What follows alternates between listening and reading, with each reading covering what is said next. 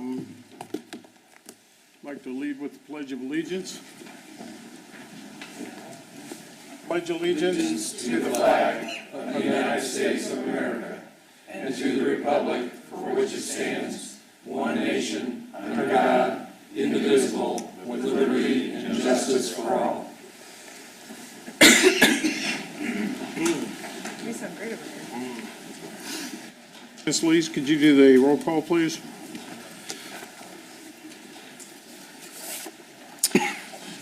Mr. Boyce? Mr. Hampton? Here. Mr. Jensen? Here. Mr. Johnson? Here. Mr. O'Connor? Present. Mr. Peterson? Here. Mr. Taylor? Present. Ms. Wiles? Here. Mr. Ayers? Present. Mr. President, you have a quorum. Thank you. Approval of the minutes of the December 18th, 2018. So moved. Second. We have a motion to approve in a second. That's a hand vote. All those in favor, raise your right hand. Opposed? We have 8-0. Approval of minutes to the January 7th, 2019 organizational meeting. Motion to approve. Second. All those in favor, raise your right hand. 7 with 1 abstention. Approval of the agenda. So moved. Second. All those in favor, raise your hand. 8-0. Petition or comments by citizens who are present. I have one, and it's on an item. Is that when you'd like to speak? Mayor's report to council. Mr. Mayor? Mr. President, members of council, thank you. Been quite busy, actually cutting a few ribbons. Crew Car Wash at their place out at Town Center went in and does interiors well. I think some of the council people were there. It's a great concept. It's not new. Their method is new, but we're able to do that and celebrate them. They've been in Noblesville for quite a while. Also, we opened Cutting Pies and Pints, and that is beer and pizza, not apple pie or pumpkin pie or any other type of pie. Celebrated with Judge Nation as his retirement open house, and I whispered in his ear. I told him I had a project after he left after the first year, and he's also our Boy Scout breakfast chairman. So that is coming up February 12th, I believe, and Judge Nation is, or Steve Nation now, is the chairman of that event. Just today it was announced that Mike Steffen received the Patrolman of the Year award from the Hamilton County Prosecutor's Office. As you may know, Mike is the resource officer at Noblesville West. We're going to have a tour with the new president of Duke Energy coming up this week of SMC. We have a justice is celebrating breaking ground, etc. out at Promenade, a project that has taken way too long. But again, the recession hurt the original owners, and we're happy to be working with justice. We're swearing in firefighters this Friday evening. I think there's about 10 of them that are being sworn in. And also, we're celebrating on Saturday, celebration of life for retired firefighter John DeShiel. John DeShiel passed about 10 days ago. Rick, was he with us 30 years at least? 28. 28, okay, thank you. I knew it was close. But John was a great person and a dedicated firefighter. We will be closed Monday for Martin Luther King Day, and that's all I have. Are there any questions of me? Thank you. Council committee reports.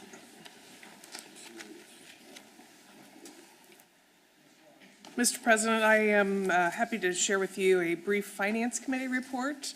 The new Finance Committee for 2019 met last Thursday. Mr. Spalding gave us an update on a number of different items, including internal controls policy that's going to be putting into place or review and updating. The disposition of expired warrants is actually a subject that will be on the agenda later tonight, but I would encourage all of you who are here in the audience, as well as anybody who may be watching on Facebook, look at that list. What that is that any checks that were issued by the city that are over 2 years old and haven't been cashed, they're going to be voided. And so this is the report to council. If you happen to be one of those people that are on the list, we encourage you to reach out to either our city controller, Jeff Spalding, or Heather Trexler, and they'll be happy to reissue the check to you if it's still due to you. But there's a number of checks that have not yet been cashed.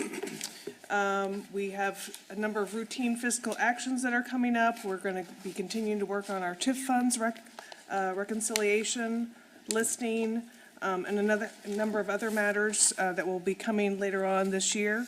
Unfortunately, the claims come to you without a recommendation because at the time that we got to review those, we did not have a quorum.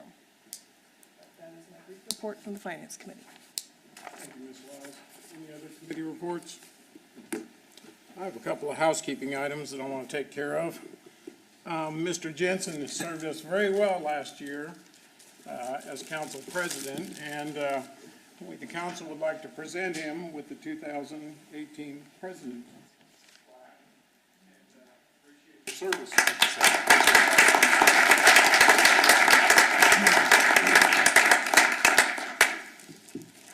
Also, I think it's been 12 years since I missed an organizational meeting, and the last one I missed, I believe when I came back, I was elected council president. So it took about 12 years to, that I forgot to don't miss council organization meetings again, so all you take heed in that.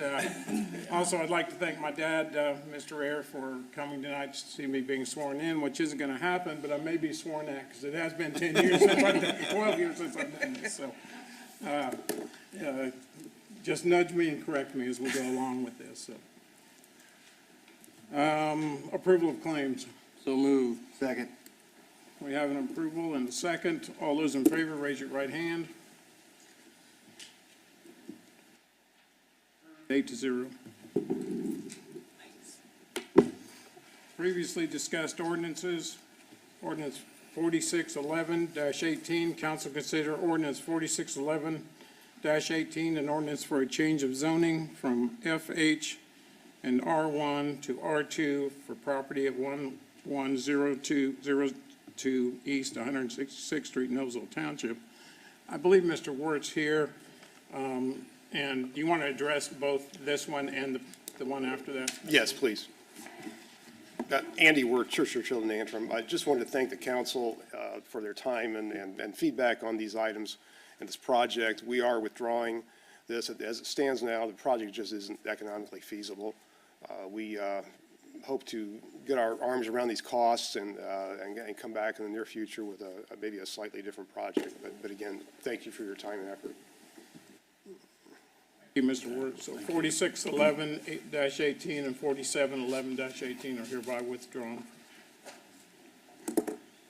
And I'm going to abstain from any discussion on this and turn the next two previously discussed ordinances over to Mr. Hampton to present and take action on. All right, and you're going to stay right here. I'm going to go down then for this Are you one. going to go down the end? Yep. Okay. Thank you, Mr. President. Next on the agenda is item 541218, the council to consider ordinance 54-12-18, an ordinance approving and authorizing the execution of a lease among the Noblesville Community Development Corporation as lessor and the City of Noblesville Redevelopment Commission and the Levinson Noblesville LLC as the lessees, and pledging local income tax revenues to the City of Noblesville Redevelopment Commission for the payment of lease rentals under such lease. Andrew Murray. Thank you, Mr. Vice President Hampton, members of council. For the record, Andrew Murray, Economic Development Department. Before this evening for second reading and approval is an ordinance necessary to move forward with the bond financing for the Levinson project. Specifically, these bonds will provide proceeds to the developer, Mr. Shelby Bowen, who is with us tonight in the gallery. Those proceeds would cover the city's share of that project cost, which is primarily for the garage structure, and then a portion of it will cover and go towards the mixed-use building as well as certain site improvements. All of this is pursuant to a project agreement that this council approved the form of back in September of 2018. As you will recall from first reading, the proposed financing for the project is a lease financing, to which the debt service on those bonds will be paid from lease rental payments made under a lease agreement. As such, the first component of the ordinance before you this evening, that lease agreement is attached as Exhibit A, which you will note the Noblesville Community Development Corporation as the lessor, and then the Noblesville Redevelopment Commission and the developer as the co-lessees. The developer is a lessee because they will improve the leased premise, and then the Noblesville Redevelopment Commission will make the lease rental payments contemplated under that arrangement. The second component of this ordinance, as you'll recall, is the approval of pledging local income tax revenue to the Noblesville Redevelopment Commission in order to make those lease rental payments. As proposed, those payments will be made first from the tax increment that will be generated from the project, and to the extent those revenues are not sufficient to cover the annual debt service payment, which we anticipate to be $1.3 million annually, then we will make up that difference with local income tax revenue. Procedurally speaking, again, this ordinance was before you for first reading at your December 18th meeting. This ordinance also comes to you with a favorable recommendation from this council's Finance Committee.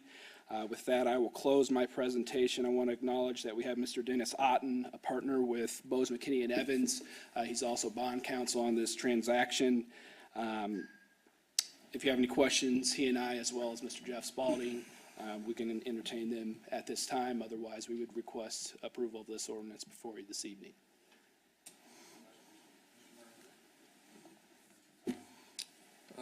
Mr. Murray, just a procedural question.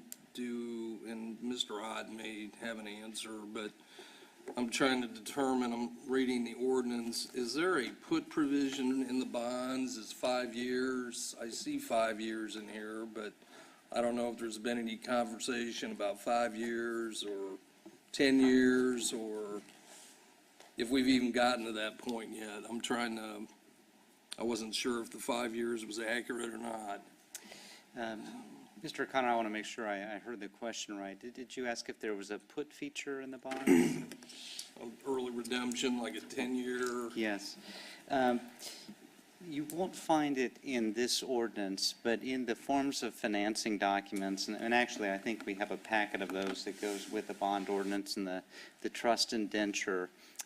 There's a section in there that talks about optional redemption, which I think gets to your point. We've not filled that in yet. That'll be determined with Mr. Spalding and the financial advisor as the bonds get closer to go to the rating agency. Traditionally, a bond issue like this, we would expect the bonds to be subject to redemption after a period of about 8 years at the par value. That's kind of what the market is showing right now. On municipal bonds, you hardly ever see a put feature. We won't have a put feature on this one. We'll have a fixed interest rate, so the city knows exactly what it's getting for the term of the bonds. Answers the question, thanks.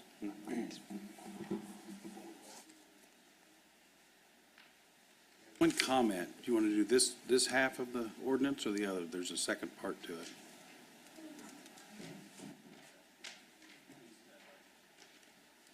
State your name, please, and address. Good evening, Julia Church-Kozicki, 925 Queensberry Drive, Noblesville. Thank you for continuing to consider commentary on this project. I shared a number of concerns in September, and I appreciate that many of them were addressed at that time. But I continue to worry about the size and cost of the project. I agree we need parking, and I appreciate the efforts to make the project match in appearance more carefully the surrounding area. But I do continue to think that, if the administration and council believe that this is the appropriate location. Given the amount of money invested, both $2 million in cash and the value of the existing parking lots, I wonder if a more transparent method might have been considering a request for proposals rather than to look for the most economically efficient method for creating this project. I appreciate that we are moving along, and so I appreciate your the opportunity to comment. Thank you.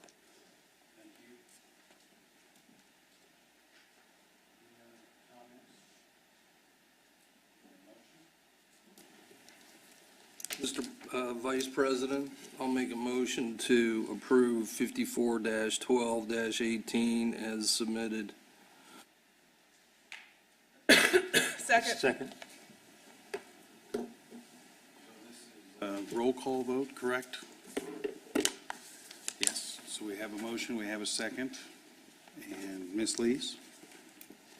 Jensen. Aye. Mr. Johnson. Aye. Mr. O'Connor. Aye. Mr. Peterson. Aye. Mr. Taylor. Aye. Ms. Wiles. Aye. Mr. Hampton. Aye. That is 7 aye, and the ordinance is adopted. Next is the second half of this, the council to consider ordinance 55-12-18, an ordinance authorizing the issuance of the City of Noblesville, Indiana taxable economic development revenue bonds, Series 2019, the Levinson project, and the lending of the proceeds thereof to the Noblesville Community Development Corporation, and authorizing and approving other actions in respect thereto. Mr. Murray. Thank you, Mr. Vice President.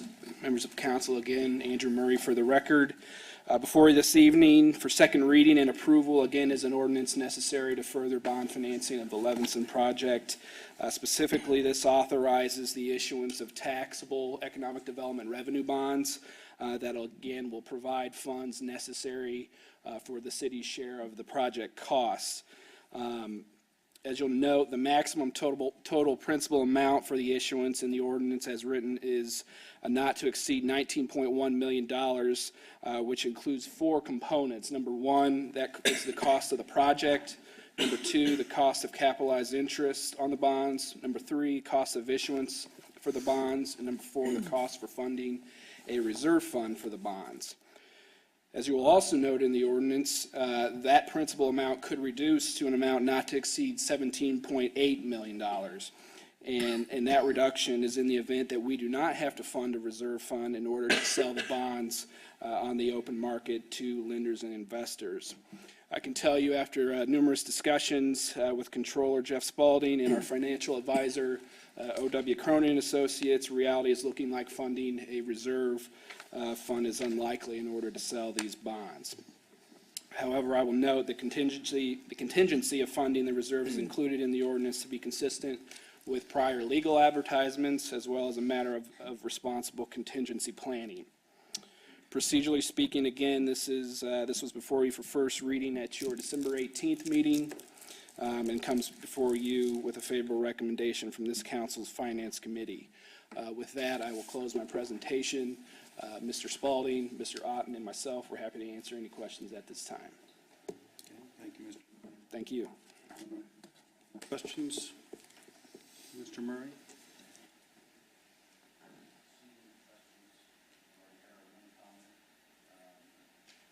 Is there a motion to approve? Mr. Vice President, I would make a motion that we approve ordinance 55-12-18. Second. We have a motion and a second. This is a roll call vote. Ms. Lees? Mr. Johnson. Aye. Mr. O'Connor. Aye. Mr. Peterson. Aye. Mr. Taylor. Aye. Ms. Wiles. Aye. Mr. Jensen. Aye. Mr. Hampton. Aye. 7-0, the ordinance is approved. All right, thank you. We welcome back President Ayer. Thank you, Mr. Hampton. Yep.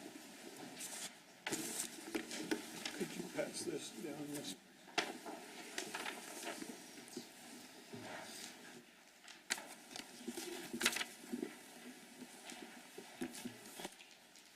right, we're going to move on to new ordinances for discussion. Council consider ordinance 0101-19, an ordinance amending ordinance 32-02-16 for the Embassy Suites Conference Center plan development regarding a text amendment for the creation of a parking lot on Lot 7 at 13765 Conference Center Drive South. Joyce Ann? Motion to Shelton? introduce. Second. Good evening. This item before you is basically an amendment to the original adopted plan development ordinance. It is specific to Lot 7 as indicated on the plans here. If you're not familiar with the location, it is south of Taylor Drive and west of Oleo Road. The item before you, again, is an amendment to basically allow Lot 7, which was set aside to be a commercial lot, to be used or created as a parking lot for the Embassy Suites and Conference Center. The Plan Commission did hold a public hearing on this item at their December meeting and basically sent it with a favorable recommendation for adoption with a unanimous vote of the 10 members that were present. And with that, I will ask if you have any specific questions. Questions from Mr. Taylor?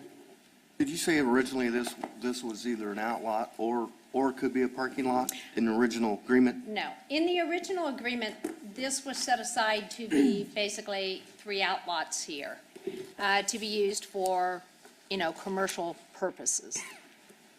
Thank you. Any other questions?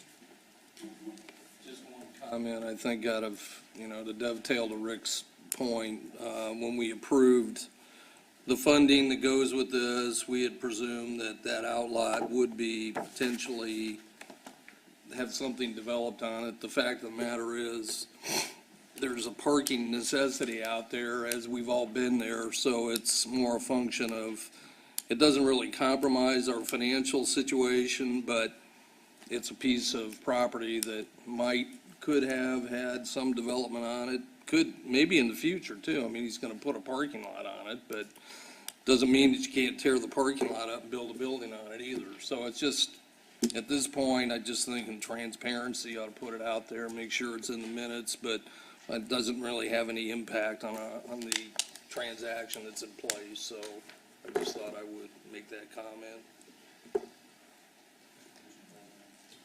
Yes, Mr. Hampton? Is this, I was reading through here and trying to find, this is just purely a surface lot? There's not a plan to put a 2-tier garage? No. This is, well, I can show you the site plan here. It is truly just, a surface lot. The requirements are going to be met as far as landscaping, and parking islands, basically the bulk standards. They are going to meet all those standards, but it is just a surface parking lot. You know about how many spaces? Is it adding? 112. I think, Okay. Thank you.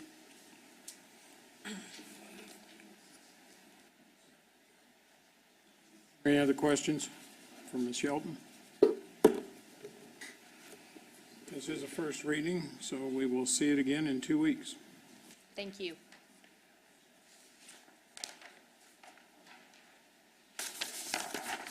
I'm going to let Mr. Hampton go ahead and read the next project. I am going to abstain from this, although I felt that, and still feel it should have been a vacation 30 years ago because it hasn't been used as an alley for over 30 years. But since it is part of the project, I'm abstaining from it. All right. Thank you, Mr. President.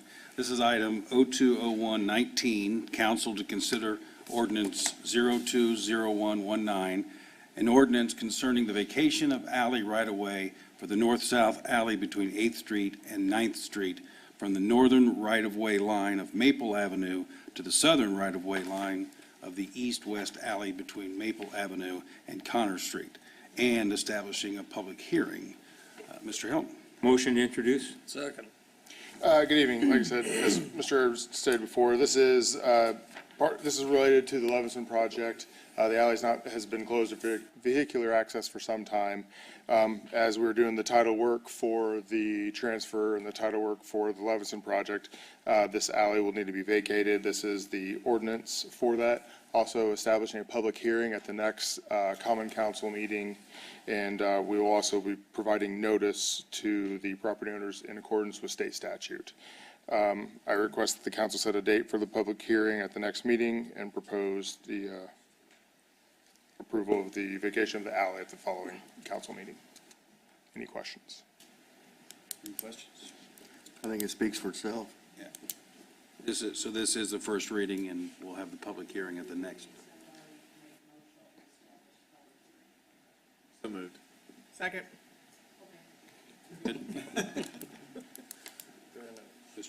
Thank you, Mr. Hampton. Thank you, Mr. Holman. Thank you. Appreciate it. Have a new proposed development presentation. Council consider introductory information for a proposed project text amendment to the Cumberland Point Plan Development. Ms. Shelton?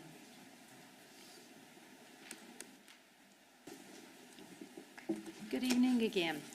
I'm just going to talk a little bit about the original PD and then turn the presentation over to Mr. Swafford of Faegre, Baker, and Daniels to give you the specifics of this project.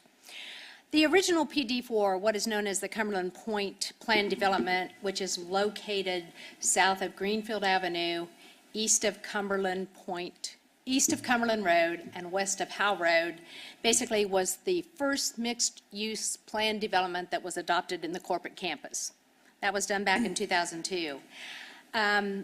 The PD did include single-family, and included duplex units as well as apartment units, and then we had the office industrial type component. This PD has been amended several times in the past for one reason or another. Again, with that, I'm just going to, at this point, turn it over to Mr. Swafford. He can basically make the presentation on the specifics of their particular request.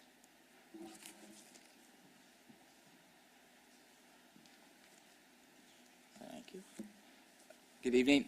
For the record, my name is Sam Swafford, 600 East 96th Street. I'm an associate at the law firm of Faegre, Baker, Daniels, and proud graduate of Noblesville High School. Happy to be here tonight representing Bedrock Builders. Here with Bedrock Builders tonight is Steve Ball, and with my office is Steve Harden.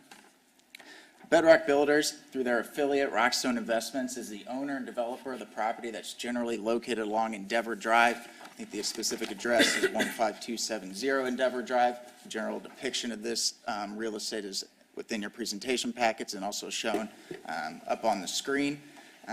Bedrock is the developer, and what they're seeking to do is develop this integrated business campus within this property.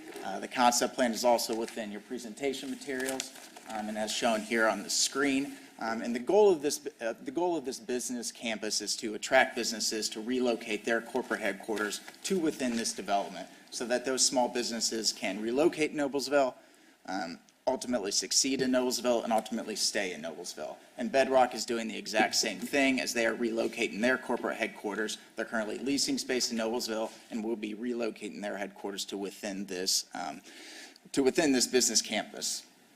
Now, the site layout in this general project is probably similar, or probably familiar with you, as the last city council meeting.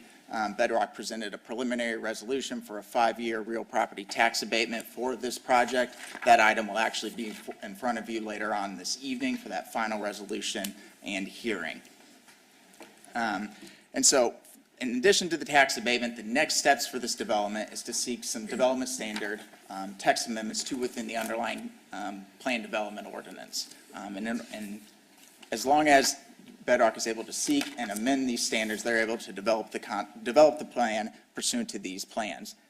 It was brought to our attention that, as shown on the concept plan here and within the property tax abatement, it's showing 2 buildings at 6,800 square feet and 2 buildings at 8,700 square feet, whereas in the PD ordinance text amendment that we submitted to you, we were reducing the minimum building size to 5,000 square feet. The current building size requirement for minimum building size is 15,000 square feet, and that 5,000 square feet was just a suggestion from the engineer. And as we work through this process, we'll update the ordinance so that it matches up with the tax abatement. We'll work closely with staff to fine tune some of the language within the ordinance, but I'm happy to answer any questions that you might have at this time.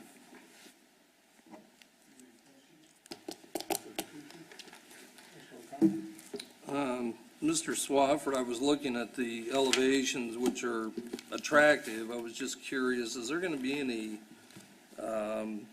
warehouse space behind these, or is it just for corporate headquarters and office space? It would appear it's not office warehouse for, obviously, given the elevations, but they're attractive. I'm just curious. Yeah, that's correct. That's the plan right now. And then as you recall with the tax abatement, there's a warehouse aspect to it that's across the street, not necessarily associated with this parcel for purposes of the zoning amendment. Thanks, that helps. Any other questions? Mr. Swafford, I have one question. The drive going in, I assume, is a private drive? Yes. And so these will be shared parking lots or individual parking lots? Yes. Will these meet the standards for fire truck ability to be able to get in and take care of any necessary? You know, and that's something we'll have to check with our engineer, and something that we'll go through the process when detailed development plans are also filed and going through the TAC process as well, so. Especially with the two buildings sitting further back off the road, that we have the ability to get in there if any major emergency transpires. Other questions? Mr. Peterson? They don't actually meet the requirements, but I'm sure there's an easy way to work that out. It seems like most of these are a result of dividing and subdividing. The text amendments are a result of dividing and subdividing the lot again, so. Yes. It doesn't seem to the original standards, for example, the garbage containers in the side yard setback. It doesn't seem to adversely affect anybody that's already out there and been held to these development standards. This mostly seems to be a result of subdividing the lots. Yes, that's correct. Any other questions? We'll see you in 2 weeks. All right. Move on to miscellaneous number 1. Council to consider resolution RC-1-19, a confirmatory resolution designating an economic revitalization area for Rockstone Investment LLC. Ms. Johnson. Also, we have a public hearing for resolution RC-1-19. Did we open the public hearing first? Okay, we'll do that then. Thank you, Mr. President and council. Sam did such a good job. I didn't realize he was going to fill you in on a lot I was going to repeat tonight, so good job, Sam. Graduate with my kids from Noblesville High School, so great football player as well. Good to see him here. Yes, this agenda item request is for a confirmatory resolution approval to establish an economic revitalization area, as well as a request by Rockstone Investments LLC for approval of a 5-year real property tax phase-in. The request for designation of an ERA is for the property at 15270 Endeavor Drive, Lot 7R, and also at 0 Endeavor Drive, Lot 20. Rockstone Investments, as he said, they're planning to build 4 buildings, as you see up here. Parent company, Rockstone is the parent company of Bedrock Builders, as Sam has mentioned. And the first building they will construct will be their corporate headquarters. 2 of the buildings, as was stated, they're a minimum of 6,800 square feet, and the other 2 a minimum of 8,700 square feet. And as mentioned, their goal is to attract small business and entrepreneurial businesses to this campus. Across the street, as was that information requested, they plan to build a 17,000 square foot warehouse facility to actually supply warehouse space to these office buildings. Bedrock Builders is a premier custom home builder in Indianapolis, and they've built homes in Noblesville at Sagamore, Park Place at Sagamore, Lock Haven, and Stony Creek Estates. Their investment will be $4.3 million, and overall square footage for this project is approximately 48,000 square feet. As said, they've requested a 5-year real property tax phase-in, and that's modeled in your packet. They currently employ 10 people, and they anticipate hiring 2 more within 5 years. There is a stipulation in this resolution as well, states that Stone Investments is required to pull building permits before June 30th of 2020. If a building permit has not been submitted for any of the 5 buildings for the project on or before that date, then such building or buildings shall only be eligible for the tax phase-in upon further approval from this body. So it comes with a favorable recommendation from both the EDCC, Economic Development Council Committee, as well as the Council Finance Committee. In the chambers, I do have Steve Ball, owner of Bedrock Builders, as well as Mr. Harden and Mr. Swafford for any questions that you might have. Close. Mr. President, and Ms. Johnson, and maybe the team can help answer this. On our previously discussed item, they're asking for waivers to reduce the building size, but yet here we are voting on something where we're kind of stipulating, not kind of, we are stipulating what the building size will be and what the abatement relates to. So I'm having a hard time meshing those two I'm together. going to have Sam come back up and reiterate his explanation for that. They will be held responsible to build the building size for the tax phase-in that is within this resolution. But he can explain further. That was about pulling building permits, but I think Sam can explain. I mean, the necessary reason that we're going to have to reduce the minimum building size is the current requirement is 15,000 square feet. Because I think in general along this drive, the project or the PD ordinance accounts for lots being 3-4 acres. You have one building on there, and it just kind of, that's the only development within that parcel. And so this project, since we have 4 separate buildings, we're going to have to reduce that minimum building size to meet what these plans are here in this concept plan. What's in this abatement request? Correct, so that they match up. Still confused. I thought the tax abatement was for the square footage that is shown in the presentation. No, in the abatement presentation, not in the development presentation. Hello, good evening. For the record, I'm Steve Harden. Sam did a great job on the zoning. We've been working together on the tax abatement. The tax abatement before you is for this project, the 4 buildings here and the warehouse. The PD text amendment is to allow that project to actually be built. Because right now, in the old standards, it would require you to have one 15,000 square foot building on this property. The strategy is to do a business campus, to have business size buildings of 6,800 square feet, 8,700 square feet, to have individual business owners be able to buy and own their own building. So we have to modify the existing PD ordinance to lower the 15,000 square foot building size minimum down to, what we'll do is you'll say 6,800 and 8,700 to allow those buildings to be built as we've shown it and as you would be approving in the tax abatement. So the PD text amendment's just simply trying to allow the development to happen the way it's been presented to you. So it's not changing what you have been looking at and what you favorably considered previously on the tax abatement, simply allowing it to be implemented. Good question, so thank you. Thank you. Any other questions? Ms. Johnson, do you have anything else to add? I have nothing else to add. Any other questions? Mr. Peterson. I was just curious if there was ever considered to do a condominium or an HPR or something within this so it meets the intent of 15,000 square feet on this lot versus just subdividing it like this? Yes. You could have said that for me. Pardon me? You could have said that for me. I could. We thought about it. I think that the business strategy was that thinking about who the local businesses are that might have had a dream of owning their own property, and it might be easier for them to understand, to get financing, to be able to say, I own my own lot.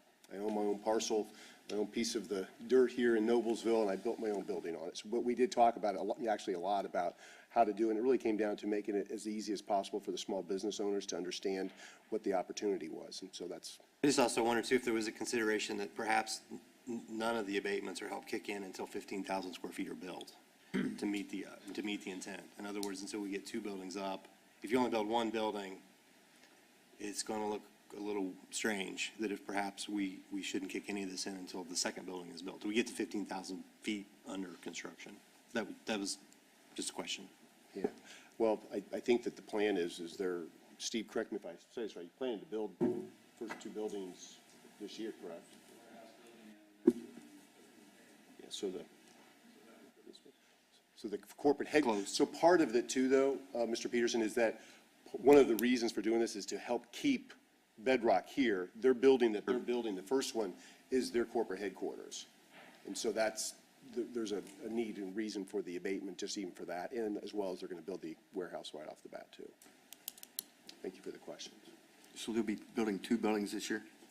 At a minimum. Okay. Yeah, so if we move forward, get through the PD process, the plan is to roll right into building the first building, which is their corporate headquarters, the warehouse across the street, and then they're in discussions with other local businesses right now. They've been hoping this is going to work out, so they've been having discussions, and it's going well. So their hope would be break ground on even more than that this year. Okay, thank you. Thank you. Real quickly, I'm sorry, Mr. President. So the total square footage will be somewhere around 25,000? The total is about 46, is it 46 or 48,000? Because if you add the 17,000 square feet. I mean, this first year. Oh, this first year? Because it'll be the 17,000 across the street, and then, Yeah, so 17 plus the 68, so it's a 23.8 probably, at a minimum. thank you. Thank you. So, Mr. Harden, Yes, sir. your amended ordinance that you have in this booklet now that says minimum building size 5,000 square feet will be changed to match what the abatement? Yes, sir. Numbers. As it goes to between now and Plan Commission, it will be updated. That's correct. They can't build or do anything until it gets through. That's correct. We couldn't go, yeah, it has to come back to you anyway Right, for the right. PD amendment. Thank you. Thank you. Any other questions for the presenter? This is open for a public hearing, so I'd like to open the public hearing for Resolution RC-1-19. Mr. President, Mr. Taylor? see nobody come forward, I would recommend we close the hearing. Second. Been moved and seconded to close the public hearing. This calls for a hand vote. All those in favor of Resolution RC-1-19? Close the public Oh, we've got hearing. to have a motion to close the public. Okay. Need a vote. Line here. Hand vote. We need a hand vote to close the public hearing. All those in favor, raise your right hand. Mr. President, I would make a motion that we approve Resolution RC-1-19. Second. Motion to approve RC-1-19. All those in favor, raise your hand. Approved 8-0. Miscellaneous number 2, council consider resolution RC-2-19, a confirmatory resolution designating an economic revitalization area for Gaylor Real Estate of Noblesville LLC. Ms. Johnson? Thank you again, Mr. President and Council. This agenda item is a request for a confirmatory resolution approval to establish an economic revitalization area, as well as a request by Gaylor Real Estate of Noblesville for approval of a 10-year real property tax phase-in and a 2-year personal property tax phase-in. This request is for ER designation for the 4-acre property at 17230 Craft Court in the Pleasant Street Commercial Park, Lot 12. Gaylor Electric is an electric design-build contractor offering high-quality electrical services. Gaylor's been in Noblesville for 10 years and is 34 years old corporately. They'd like to expand their Noblesville location by building a new 49,000 square foot building that will create a business campus with 2 buildings whose combined square footage will be over 100,000 square feet. Gaylor will invest $4,232,000 on real property and $175,000 on new personal property. They've requested a 10-year real property tax phase-in and a 2-year personal property tax phase-in as stated, and that's modeled in your packet. Gaylor currently employs 93 people in Noblesville and anticipates hiring 20 new employees within 5 years. So Gaylor's making an additional large capital investment in Noblesville. Gaylor will employ approximately 113 people in Noblesville. Gaylor gives back to our community through its workforce and community development efforts and involvement. Gaylor has created a culture of good at their job and their facility here in Noblesville. They mentor and employ Noblesville's at-risk youth, and they house the Gaylor Electric Crossing School of Business and Entrepreneurship Satellite Campus. That is within Gaylor's current facility footprint. And staff at Gaylor are very involved in our community through events, sponsorships, and more. And in the chambers tonight is Mr. Jim Cruz. Jim's in the back here, CFO of Gaylor Electric, and he and I are here and glad to answer any questions that you have about Gaylor's expansion. Mr. President, Mr. O'Connor. I believe with my commercial banking relationship with Gaylor, I will recuse myself from any action on this matter. O'Connor, any other questions or discussion for Ms. Johnson?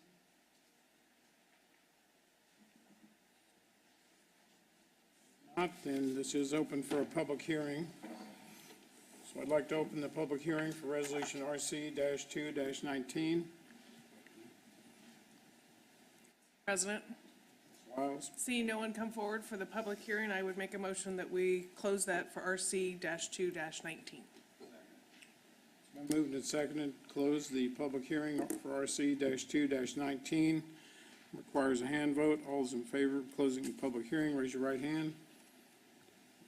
Motion carries 8-0. 7-0. 7-0, I'm sorry. It's all right. Mr. President, Ms. Wiles, I would make a motion that we approve resolution number RC-2-19. Second that. we have a motion and a second to approve Resolution RC-2-19. Requires a hand vote. All those in favor, raise your right hand.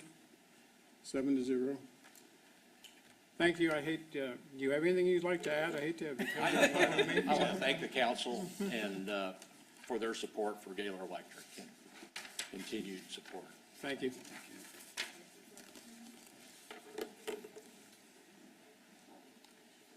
On to miscellaneous item number 3. Council to consider receipt of expired warrants and checks pursuant to IC 5-11-10.5 for the fiscal year ending December 31st, 2018. Mr. Spalding, and I believe this is the thing that Ms. Wiles alluded to regarding people that might have checks they never cashed. Unclaimed money. I'm sorry. Obviously, I'm not. You're Judge standing Spalding. in. Good evening, Heather Trexler, Office of Finance and Accounting. This is really just a cleanup, year-end housekeeping. We want to stay so that we're following Indiana code, and we are proposing these to the council. No action is needed. We just needed to be able to show these in an open meeting. Any Okay. questions? Could you raise that? And I believe the total down below is a little over $3,000. Is that correct for that? Yes. 340388. I don't know if this goes out to the public internet broadcast or not. If you see your name on there, as was stated, you might want to contact the controller's office and see if there's something they can do to help reissue the check, or if it's. Appreciate it. Thank you, Ms. Tracy. Thank you. President, I do have a question. I didn't ask this in the Finance Committee. Is there a time frame that the potential payees here have to respond? No, we've actually recently had a check found by a citizen that was 3 years old, and we had already stale dated it, but we owed him the funds, so we will reissue the checks. We keep our records back 7 to 10 years, so we have the documentation to prove that the check is legitimate. I didn't know if there was a drop dead date or not, but. No. Okay, thanks, Heather. You're welcome. Real quick, Heather, Mr. President. Just curiosity, unclaimed money, where does it go? It will go back into the fund that it was originally issued from. Okay. Tony? Okay. Thank you.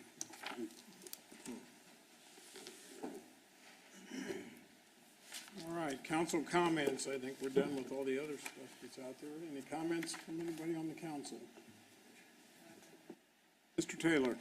I'd just like to put a thank you out to the street department for their excellent job this weekend with our snowstorm, and it looks like they may get to do it again this weekend, but as always, they do a fantastic job, and I appreciate it. Second that. We have a motion to adjourn. So moved. Second. Been moved to adjourn. All those in favor? Aye. We are Thank you, adjourned. Mr. President. Good job. Good job, Mr. President.